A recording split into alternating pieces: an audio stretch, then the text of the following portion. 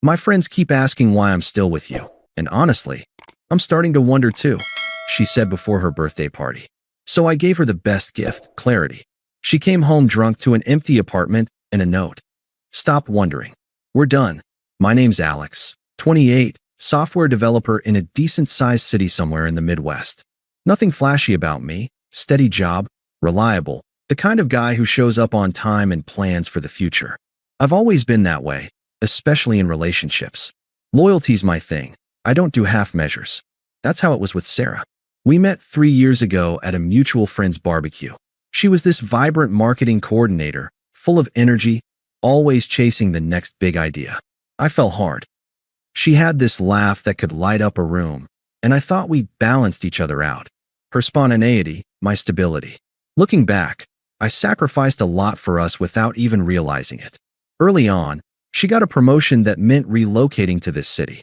I had a solid gig back home, but I turned down a better offer to follow her. We'll build something here, she said, and I believed it. I covered more than my share of the rent on our cozy apartment because her job was high potential but low pay starting out. I funded her weekend getaways with friends, even when money was tight for me. Hell, I spent weeks planning little surprises, like that time I turned our living room into a mini spa for her after a rough work week. She loved it then, or at least she acted like she did. But over time, things shifted, subtle at first, but they added up. It started with the comparisons. Sarah's social circle was all about the grind, ambitious types in creative fields, always posting about their epic lives on social media. I'd catch her scrolling through feeds, liking pics of guys at rooftop parties or exotic trips. Look at this, Alex, she'd say casually. Mike from work just backpacked through Europe. That's living. Mike. That name popped up more and more. He was her coworker, some charismatic account manager with a flair for the dramatic, tattoos, stories from Burning Man, the works. I didn't think much of it initially. Jealousy isn't my style. But then came the digs. Her posts got weirder too. Nothing direct, but passive-aggressive memes about settling for average, or when your partner doesn't match your vibe. Friends started giving me these pitying looks at group hangs. One night, after a dinner party, her best friend pulled me aside. Alex, you're great, but Sarah's been venting. Just talk to her. I tried. Hey, everything okay? I'd ask. She'd brush it off. Yeah, just work stress. But the distance grew. Late nights at team building events, her phone buzzing with texts she'd angle away from me. I'd lie awake, staring at the ceiling, wondering what I was missing. Was I too predictable? Too safe? It ate at me, that confusion, the unfairness of pouring everything in and getting radio silence back. But I didn't push. I figured communication would fix it eventually. Then came the week of her 26th birthday. She was hyped, planning this big party at a trendy bar downtown, inviting her whole crew, including work folks. I'd been busting my ass to make it special. Saved up for a custom necklace she'd hinted at, engraved with our inside joke.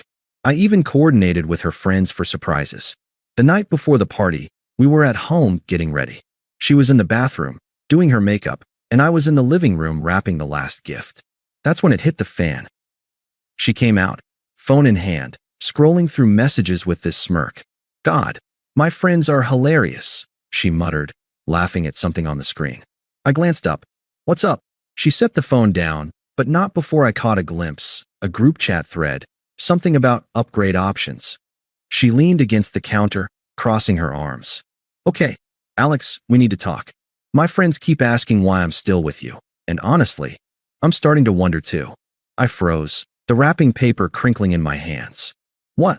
She sighed, like I was the one being dramatic. Don't act surprised. You're sweet, reliable, all that. But come on, Mike gets it. He's got that spark, you know? Adventure, passion. Last week at happy hour, he was telling stories about skydiving in Costa Rica, and everyone was hooked. You're just comfortable. Like a safety blanket. My girls say I deserve more excitement. Someone who pushes me. It's not like I'm cheating or anything. Well, not physically, but emotionally. Yeah, I've been talking to him a lot. You wouldn't understand. You're so content with Netflix and takeout. Her words landed like punches, each one twisting the knife. I sat there, heart pounding, but I didn't yell or beg. That wasn't me. Instead, I asked calmly, so what are you saying, Sarah? You want out. She rolled her eyes, grabbing her purse. I'm not saying that exactly. But yeah, I've been thinking. Life's short, why settle? Mike invited me to his cabin this weekend, just friends, but who knows? I need space to figure it out. Don't wait up tonight. The party's gonna run late. She paused at the door, turning back with this smug little smile. And hey, if things change, we can talk. But right now, I'm wondering if this is it for us. The door clicked shut, and I was alone with the echo of her voice. It was outrageous, dismissing 3 years like I was some placeholder, right before her birthday, no less. The confusion hit hard. Had I been blind? All those sacrifices, the late nights supporting her dreams, and this was the thanks? I paced the apartment, replaying flashbacks. The time I drove 3 hours in the rain to pick her up from a failed work trip, or when I skipped my own promotion party to help her prep for hers. It felt so unfair, like I'd been played. But anger? Nah. I channeled it into action. While she was out partying, probably with Mike, toasting to her new vibe, I packed. Essentials only, clothes, laptop, important docs. I left her stuff untouched, no pettiness. On the kitchen table, next to the unwrapped necklace, I wrote a note. Stop wondering. We're done. Happy birthday, here's clarity. I grabbed my keys, turned off the lights, and walked out. Headed to a cheap hotel across town, phone on silent. No dramatic scene, no confrontation. Just detachment. She wanted space? She'd get an ocean of it. That night, as I lay in the stiff hotel bed, the weight settled in. It hurt. The betrayal, the public humiliation bubbling under her words. Her friends knew, probably laughing about it at the party. But I didn't text or call. Dignity over desperation. Little did I know, that was just the beginning. I didn't sleep much that first night in the hotel. The room was generic. Beige walls, a lumpy mattress, the hum of the AC drowning out the city noise. But it was mine, at least for now. My phone stayed on silent, tucked in the nightstand drawer. I knew she'd blow it up eventually, but I wasn't ready to deal. Instead, I stared at the ceiling, letting the betrayal sink in deeper. It wasn't just the words, it was the smugness, the way she tossed it out like casual chit-chat before heading to her party. Like I was an afterthought. The unfairness gnawed at me. 3 years of building a life, and she reduces it to comfortable. I replayed the scene in my head, her rolling eyes, the little smirk. It stung, but I refused to let it break me. No calls to friends for venting, no social media rants. Just quiet processing. Around 2 a.m., I caved and checked my phone. Missed calls, 7 from Sarah, a couple from her friends. Texts piled up too. The first one, Alex, WTF? Where are you? Party's lit, come join. Then, as the night wore on, just got home. Apartment's empty? This a joke? Followed by, saw the note. Seriously? On my birthday? You're such a child. I didn't respond. Let her stew. By morning, the calls ramped up. I was sipping crappy hotel coffee when my phone rang again. Her number. I answered, keeping my voice even. No point in ghosting forever. Clarity meant facing it head on, but on my terms. Alex? Finally. What the hell is going on? Her voice was sharp, laced with that post-party rasp, probably hungover, still in last night's makeup. I think the note was clear, Sarah. We're done. She laughed, but it was forced, brittle. Oh, come on. You're overreacting big time. It was just talk. Friends venting, you know? Mike's fun, but it's not serious. You're blowing this way out of proportion. It's my birthday weekend.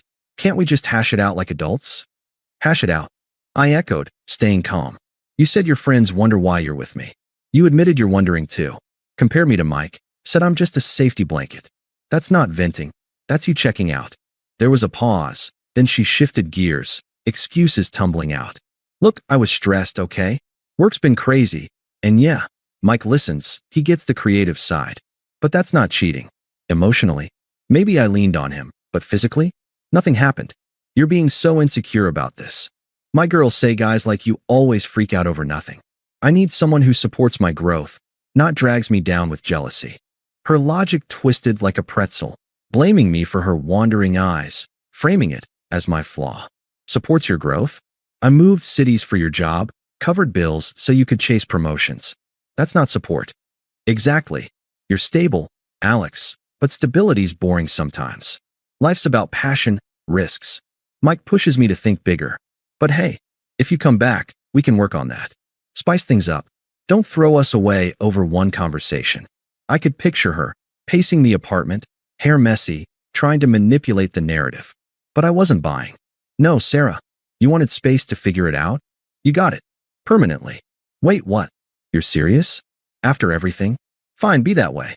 But don't come crawling back when you realize what you're losing. You'll regret this. Click. She hung up first, smug even in defeat. I set the phone down, exhaling slowly. No outburst from me, no begging. Just firm boundaries. It felt liberating in a raw way. But the confusion lingered. How had we gotten here?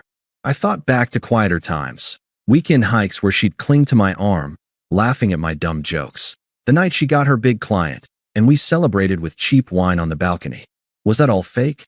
Or did she just outgrow it, leaving me behind like old clothes? The unfairness hit again, a wave of silence in that empty hotel room. I didn't cry or rage. I just sat with it, letting it breathe. Practical stuff kicked in next. I texted a buddy from work, crashed on his couch for a few days while apartment hunting. Canceled shared subscriptions. No drama, just efficiency. Work became my anchor. I dove into projects, earning nods from my boss. Focus lately. Alex, keep it up. Little wins amid the chaos. Sarah didn't stop, though. Voicemails trickled in. Miss our talks. Call me. Then angrier. Ignoring me? Real mature. Her friends chimed in too. One texted, "Dude, Sarah's wrecked. Fix this." I blocked them politely. No confrontation needed. Detachment was my response. A week later, mutual friends filled in gaps. She'd partied hard that night, Mike there the whole time. Posted stories, her blowing out candles, him photobombing with a wink. Caption, "Best birthday upgrade?" Subtle dig at me. But cracks showed. Arguments with friends who called her out. "Too harsh on Alex," one said. She brushed it off, moved fast with Mike. "New chapter," she posted. I stayed off socials, focusing inward. The silence was deafening at times, the weight of betrayal heavy. But I didn't chase. Dignity meant walking away clean. Those first few weeks post-breakup were a blur of adjustment. I found a small studio apartment on the edge of town. Nothing fancy, but it had a balcony overlooking a park, space to think. Unpacking boxes alone, I stumbled on old photos. Us at a concert last summer, her head on my shoulder. It hit hard, the confusion of how something solid crumbled so fast. I'd given up so much. That job offer back home could have been a game changer, more money, better hours. Instead, I prioritized her dreams, thinking it was us against the world.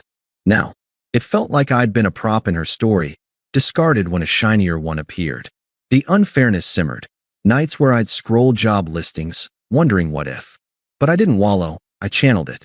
Therapy wasn't my thing, but I started journaling, hitting the gym at dawn. Built routines, coding marathons at work, weekend runs, even picked up guitar again, something I'd shelved for her girls' nights. Internal shifts came slow, from why me to what now. Friends checked in, but I kept it light. I'm good, I'd say, and meant it more each time. Karma crept in subtly at first. Mutual acquaintances, ones not in her echo chamber, started reaching out. Heard about Sarah and Mike, one texted. "Dude's a mess." Turns out, Mike's adventurous vibe masked instability. Job hopper, always one step from fired. Stories exaggerated. That Costa Rica trip? A weekend getaway, not epic backpacking. Sarah moved in with him quick, posting couple pics. Found my match. But cracks showed fast. It escalated when work drama hit. Sarah's marketing firm had strict no fraternization vibes, but she and Mike ignored it. Whispers turned to outright blow-ups. A public argument at a team event, him yelling about her and nagging. Colleagues sided against them. Her boss pulled her aside. Focus or find elsewhere. She got demoted, projects yanked. Friends bailed too. The ones who'd egged her on now distanced, calling her choices toxic. "We told you Alex was gold," one confessed to me later. Then the big unravel, Mike's true colors fully exposed. Abusive streaks, controlling texts, isolating her from remaining pals. He cheated, blatantly, with an ex at a bar. Sarah found out via a tagged photo, confronted him. He laughed it off. "You're fun, but not forever." Dumped her cold, kept the apartment, his name on the lease. She crashed with a reluctant friend, broke from splurging shared savings on upgrades. designer bags, trips with him. I got wine through the grapevine. No stalking, just updates from shared circles. Her posts shifted, vague cries like lessons learned, then radio silence. Family got involved. Her mom emailed me once. Sarah's struggling. Be a man. Talk to her. Toxic, pushy, implying it was my fault. I ignored it. Meanwhile, my life ascended quietly. Work promotion came through, senior dev role, remote options, fat raise. I traveled solo, week into the mountains, clearing my head. Met people organically, including Emily, a graphic designer from a coffee shop meetup. No rush, but her vibe? Supportive, genuine. Love your steadiness, she said on our first date. Contrast hit home. The emotional arc peaked in solitude. Evenings on the balcony, guitar in hand, reflecting. Betrayal's sting faded, replaced by clarity. I'd been undervalued, but now? Free. Sarah's downfall felt earned, not gleeful, just ironic. She'd chased excitement, got burned. Me? Stability paid off. Her reaches started mild. A text. Hey, can we chat? Ignored. Built to desperate. But that's for later. For now, I breathed. Rebuilt. The confusion giving way to calm. The messages started about a month after the breakup, right as my new routine solidified. I'd blocked her initially, but unblocked after settling into the studio. Figured if she reached out, I'd handle it clean. First text was casual, almost testing waters. Hey Alex, hope you're good. Miss our coffee runs. Can we grab one sometime? I read it, felt nothing but mild annoyance. No hurt, no longing. Progress. I didn't reply. A few days later, another. Saw your promotion post on LinkedIn. Congrats. We should celebrate. How'd she know? Probably stalking profiles. Still, radio silence from me. That's when the calls began. My phone buzzed during a lunch break at work. Her name on the screen. I let it go to voicemail. Listen later out of curiosity. Alex, it's me. Look, I know I messed up. Mike was a huge mistake. He seemed exciting, but it was all fake. Can we talk? I miss us. The stability, you know? Call back. Her voice cracked a bit, pleading undertones. Hypocrisy dripped from every word. She'd trashed my boring life. Now craved it back? I deleted it, no response. Escalation hit mid-second month. She showed up at my old gym, must have remembered my schedule. I was mid-set when I spotted her by the entrance, looking frazzled, hair in a messy bun, no makeup, clothes rumpled like she'd slept in them. She waved awkwardly, approached as I toweled off. Alex, thank God. I've been trying to reach you. Her eyes darted, desperate edge. I kept my tone neutral, grabbing my bag. Sarah, what are you doing here? She stepped closer, words rushing out. I need to explain. Mike, he turned out awful. Controlling, cheated on me with his ex, kicked me out, and now I'm crashing on couches. Work demoted me because of the drama. Friends bailed when they heard the full story. They said I was dumb to let you go. I see that now. You were always good to me, reliable, supportive. I took it for granted. Please, give us another shot. I've changed. I stood there unmoved. Her plea revealed the shifts. From smug to broken, power flipped. But sympathy? Zero. Changed. You said I was a safety blanket, that your friends wondered why you stayed. Now that excitement blew up, you want back. She flushed, twisting her hands. I was wrong. Influenced by them, the hype. But reality hit. Passion without foundation crumbles. You're the foundation I need. Let's start over. Coffee, dinner, anything. No, Sarah. I'm not interested. Calm, firm. I walked past, heading for the door.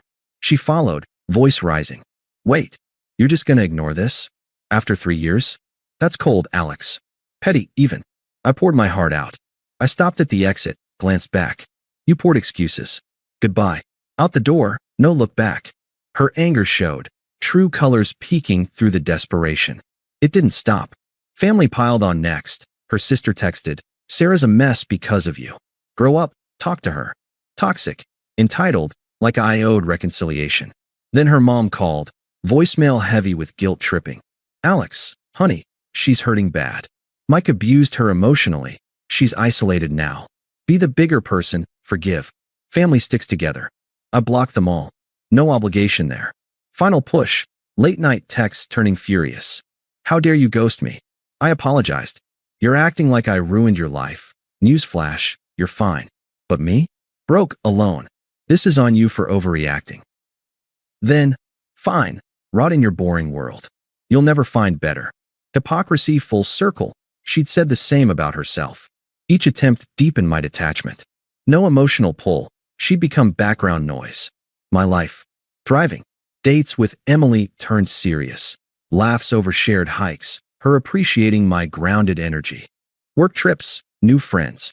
The middle had breathed. Confusion to clarity. Sarah's desperation? Just confirmation I'd dodged a bullet. The wedding was the perfect storm. Our mutual friend Jake's big day, 6 months post-breakup. Neutral ground, but I knew Sarah might show. She and Jake's fiancé were old pals. I went anyway, Emily on my arm. She'd heard the stories, supportive without drama. Your past doesn't define you, she said. I felt evolved, calm, free. Venue was a charming garden hall, string lights twinkling. I mingled, suit sharp from the promotion bonus. Laughs with old crew, toast to Jake. Then I spotted her, Sarah, crashing uninvited, slipping in late. She looked unraveled, dress ill-fitting, probably borrowed, hair frizzy, eyes red like she'd cried. Alone, hovering by the bar, scanning the room. Our eyes met. She beelined over, weaving through guests. Alex, she whispered urgently, glancing at Emily. Can we talk? Privately. Emily squeezed my hand, stepped aside gracefully. I'll grab drinks. Power dynamic flipped. Me composed, her desperate. Sarah pulled me to a quiet corner. I can't believe you're here with her. Look, I've hit rock bottom. Mike was abusive, yelling, cheating, left me penniless. Lost my job over it. Friends ghosted after the truth came out. Even family says I screwed up. But you? Thriving, I see. I get it now, what I lost. Stable, kind. I've changed, therapy even. Give me, us, another chance. I was wrong to wonder, to compare. Please. Her words echoed her old hypocrisy, begging for what she'd dismissed. Emotional shift clear, her crumbling, me unmoved. I met her gaze steadily. Sarah, you said your friends wondered why you stayed with me. That I was just comfortable, not exciting. You chose Mike, chased that vibe. Now it's backfired, and you want in again. She teared up. I was stupid, influenced, blind. But seeing you now, happy, upgraded. It hurts. I need you back. No. Firm, definitive. I've built a life without your doubts or drama. Emily values what you mocked, my stability, my dreams. You're irrelevant to my happiness now. I've moved on completely. You should too. She recoiled, anger flashing. Irrelevant. After everything? You're heartless. I shrugged lightly. Just clear. Goodbye, Sarah. Walked back to Emily, who smiled warmly. All good. Better than. We danced, her head on my shoulder. Visual reversal stark as Sarah slunk out alone. That night sealed it. Betrayal's outrage faded to justice's satisfaction. No lingering. She was a chapter closed. Thanks for watching.